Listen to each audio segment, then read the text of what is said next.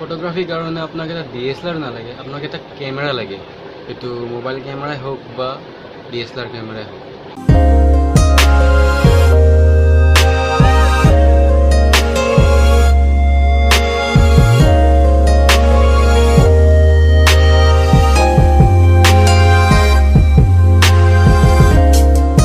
তো মই মোৰ যোৱা ফটোগ্ৰাফীৰ ভিডিঅ'ত কেইটামান পইণ্ট ডিছকাছ কৰিছিলোঁ। তো সেইকেইটা পইণ্ট একেবাৰে বেছিক পইণ্ট। তো ফটোগ্ৰাফী ষ্টাৰ্ট কৰিলে আপুনি সেইকেইটা পইণ্ট ফ'ল' কৰিব লাগিব। তো আজি এইটো ভিডিঅ'ত মই কেইটামান পইণ্ট ডিছকাছ কৰিম। তো এইকেইটা পইণ্টটো একেবাৰে বেছিক পইণ্ট, কিন্তু এইকেইটা পইণ্ট অলপ ক্ৰিয়েটিভ ফালে গুচি যায়। তো সেইবাবে মই এইকেইটা পইণ্টক ক'ম ক্ৰিয়েটিভ। তো মোৰ ক্ৰিয়েটিভ পইণ্টৰ প্ৰথমটো পইণ্ট হ'ল ডিফাৰেণ্ট পাৰ্চপেক্টিভ বা ডিফাৰেণ্ট এংগল।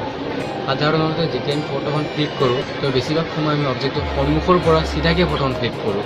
তো তেনেকৈ ফটো বহুত ভাল হয়, কিন্তু এইটো কথা আমি ডিনাই কৰিব নোৱাৰোঁ যে সন্মুখৰ পৰা তোলা ফটো এখনতকৈ যদি আমি সেই ফটোখনক বেলেগ এটা এংগেল দি তোলোঁ, তেতিয়া সেই ফটোখন সন্মুখৰ পৰা তোলা ফটোখনতকৈ বহুতখিনিয়ে ভাল হয়। সেইবাবে যিকোনো ফটো ক্লিক কৰিলে আমি অবজেক্টটোৰ পৰা ডিফাৰেণ্ট পাৰ্চপেক্টিভ এংগলৰ পৰা ফটো এটা ক্লিক কৰি চাব লাগে। তো যেতিয়া আমি ফাইনেল ৰিজাল্টটো নিজে চাম, তেতিয়া নিজে গম পাম যে কোনটো এংগলৰ পৰা ফটোখন বেছি ভাল লাগি আছে।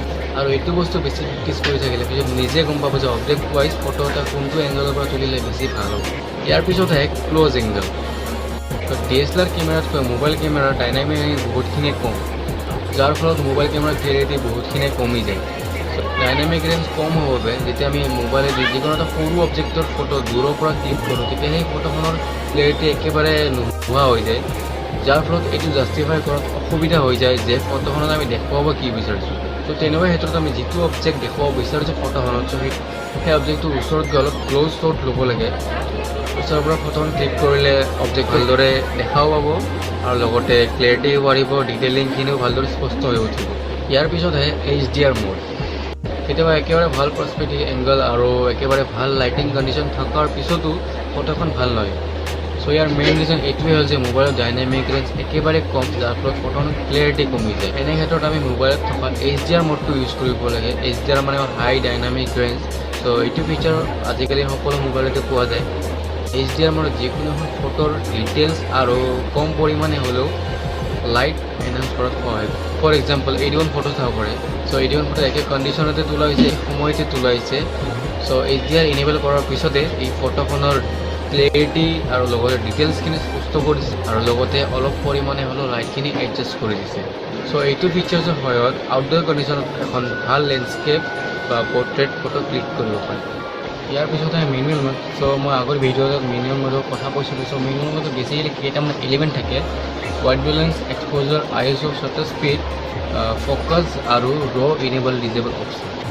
হোৱাইট বেলেঞ্চৰ সহায়ত আপুনি পিকচাৰ এটাৰ টেম্পাৰেচাৰ ছেট কৰিব পাৰিব। টেম্পাৰেচাৰ যিমানে বাঢ়ি গৈ থাকিব, পিকচাৰখনত য়েল্ল' ইফেক্ট সিমানে বাঢ়ি গৈ থাকিব, আৰু যিমানে টেম্পাৰেচাৰ কমি যাব, তো সেই পিকচাৰখনত সিমানে ব্লু ইফেক্ট অলপ বাঢ়ি গৈ থাকিব। চ' ইয়াত নম্বৰ দি টেম্পাৰেচাৰ ছেট কৰাৰ কোনো অপশ্যন নাই, কিন্তু ইয়াত কেইটামান এফেক্ট পাব। চ' সেইকেইটা আপুনি কণ্ডিশ্যন ৱাইজ ইউজ কৰিব পাৰিব। এক্সপ'জাৰ হোৱাত চিম্পলি ক'বলৈ গ'লে আপুনি পিকচাৰখনৰ ব্ৰাইটনেছ লেভেলটো বঢ়াব পাৰিব, যিটো ল' লাইট কণ্ডিশ্যনত বহুতখিনি হেল্পফুল হয়, কিন্তু এইটো ইনড'ৰ লাইটিং কণ্ডিশ্যনত ইমান এটা এফেক্টিভ নহয়। ত' ইয়াৰ পিছত ISOটো এক্সপ'জাৰৰ একে ছেম বুলি ক'ব পাৰি। ISO যিমানে বঢ়াই গৈ থাকিব সিমানে সি লাইট কেপচাৰ কৰিব, কিন্তু আউটডোৰ কণ্ডিশ্যনত ISO ইমান এফেক্টিভ নহয়। ইনড'ৰ কণ্ডিশ্যনত বহুত ভালদৰে লাইট কেপচাৰ কৰে। আপুনি যিমানে বাঢ়াব সিমানে ব্ৰাইট হ'ব আৰু যিমানে কম হ'ব সিমানে ডাৰ্ক হ'ব। এতিয়া শ্বাটাৰ স্পীডৰ সহায়তো ল' লাইট কণ্ডিশ্যন বহুত ভাল ফটো ক্লিক কৰিব পাৰে। শ্বাটাৰ স্পীড মানে হ'ল আপোনাৰ কেমেৰাৰ শ্বাটাৰখন নৰ্মেল মোডত বহুত কুইক অ'পেন এণ্ড ক্ল'জ হয়। তো সেই অ'পেন এণ্ড ক্ল'জৰ যিটো স্পীড, সেইটো আপুনি শ্বাটাৰ স্পীডৰ সহায়ত মেনুৱেলি কণ্ট্ৰল কৰিব পাৰিব। আপুনি চাব পাৰে ইয়াতে 1 ছেকেণ্ড 2 ছেকেণ্ড এনেকৈ 16 ছেকেণ্ডলৈকে মেক্সিমাম আপুনি ছেট কৰিব। টাইম ছেট কৰাৰ পিছত সেই টাইমৰ ভিতৰত কেমেৰাৰ সন্মুখত যিমানখিনি লাইট আহে বা যিমান লাইট মুভ কৰে, এই গোটেইখিনি লাইট কেমেৰাই কেপচাৰ কৰি লয়। কিন্তু শ্বাটাৰ স্পীড বাঢ়োৱাৰ পিছতো এনেকুৱা নহয় যে ফটোখন বহুত একেবাৰে ভাল লগা ব্ৰাইট হৈ যাব, তেনেকুৱা নহয়। শ্বাটাৰ স্পীড বাঢ়োৱাৰ লগতে আপুনি মেনুৱেলি এক্সপ'জাৰ আৰু ISOটো মেনুৱেলি ছেট কৰিব লাগিব, তাৰপিছতে এখন ভাল ফটো পাব পাৰে। চ' নৰ্মেল ফটোৰ বাহিৰেও শ্বাটাৰ স্পীড হোৱাত আৰু এটা বহুত ভাল ইউনিক ধৰণৰ ফটো ক্লিক কৰিব পাৰি। এইটো এনেকুৱা ফটো ক্লিক কৰোঁতে বিশেষ একো ডাঙৰ কথা নহয়। আপোনালোকে কেমেৰাৰ শ্বাটাৰ স্পীডটো 16 ছেকেণ্ডলৈ ছেট কৰি দিব আৰু আন্ধাৰত বা ৰুমৰ ভিতৰত ৰাতি লাইট বন্ধ কৰি ক'ৰবাত কেমেৰাটো ভালদৰে প্লেচ কৰি তাৰ সময়ত যিকোনো লাইট অবজেক্ট বা টৰ্চ হওক বা যি মমবাতি যিয়ে নহওক তো তেনেকুৱা অবজেক্ট কেমেৰাটোৰ সন্মুখত যেনেকৈ বিচাৰে সেনেকৈ আপুনি মুভ কৰাই থাকক। যেনে ছাপ'জ ধৰি লওক এইটো লাইট অবজেক্ট, তো এইটো কেমেৰাৰ সন্মুখেদি মই যদি এনেকৈ 16 ছেকেণ্ডৰ ভিতৰত মই যিমানবাৰে এনেকৈ মুভ কৰাই থাকিম তো সিমানবাৰ কেমেৰাটোৱে সেই বস্তুটোক কেপচাৰ কৰি থাকিব। তাৰপিছত যেতিয়া 16 ছেকেণ্ড কমপ্লিট হ'ব তেতিয়া ফাইনেল ৰিজাল্টটো এনেকুৱা ধৰণৰ হ'ব।